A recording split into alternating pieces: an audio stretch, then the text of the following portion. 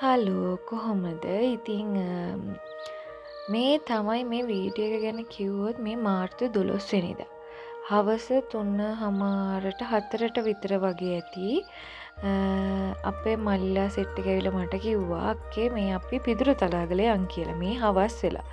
ඊට පස්සේ මාත් අවුලක් නැහැ කියලා මාත් ඉතින් එයාලත් එක්ක පිදුරු තලාගලේ යන්න පිටත් වුණා. ඉතින් නුවරඑළිය කියන්නේ ශ්‍රී ලංකාවේ තියෙන ලස්සනම තැනක්.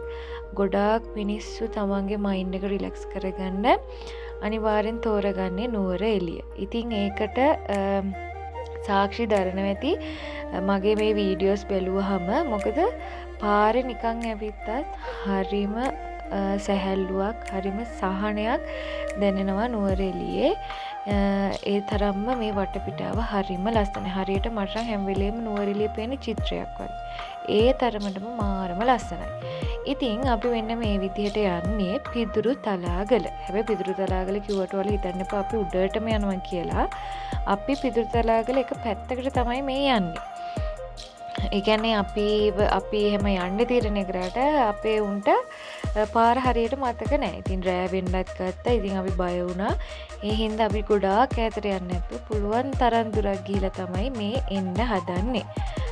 හැබැයි මේ පාර ටිකක් දුෂ්කරයි. ලේසි නැහැ. හැබැයි හරිම ලස්සනයි. සෝභා දහම කියන්නේ මෙන්න මේක තමයි. ඉතින් නේද මාරම ලස්සනයි. මේක ගැන මට ඇත්තටම කියන්න වචන නැහැ. එච්චරට ලස්සනයි. ඉතින් මං පුළුවන් තරම් උත්සාහ කරනවා නුවරඑළියේ මට යන්න පුළුවන් හැම තැනටම යන්න. මොකද මේ මොහොතේ අපි මෙහෙ හිටියට අපිට කියන්න බෑ අපි ඊළඟ මොහොතේ කොහේ ඉඳීද කියලා.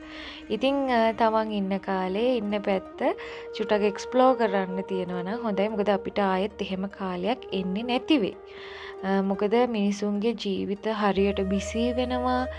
මිනිසුන්ගේ ජීවිතවලට අපි හිතන්නේ නැතුවම අපේ ජීවිත හරි ඒ කියන්නේ ඉක්මනට වෙනස් වෙනවා.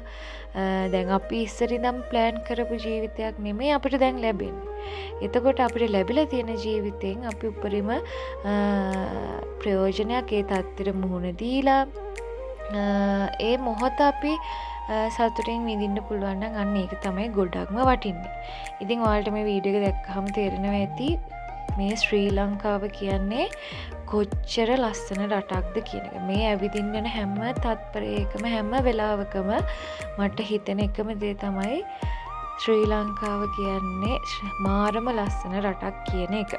කියන්නේ අපි වුණත් හරිම වාසනාවන්තයි මේ වගේ රටක ඉපදෙන්න. ඉතින් මෙන්න මේ විදිහට අපි පිදුරු තලාගල පැත්තට ආවා. ඊට පස්සේ අපි තව චුට්ටක් ඔන්න බයික් එහෙමත් නතර කරලා ටිකක් උඩට යන් කියලා කතා වෙලා. ඉතින් අපි දැන් මේ චුට්ටක් උඩටම තමයි ඇවිල්ලා තියෙන්නේ. හරිම ලස්සනයි.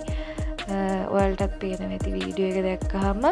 හැබැයි මගේ ෆෝන් එක අර ලොකු ක්වොලිටි එකක් තියෙන ෆෝන් එකක් නෙමෙයි. හැබැයි පුළුවන් තරම් ලස්සනට වීඩියෝ ටික ගත්තා.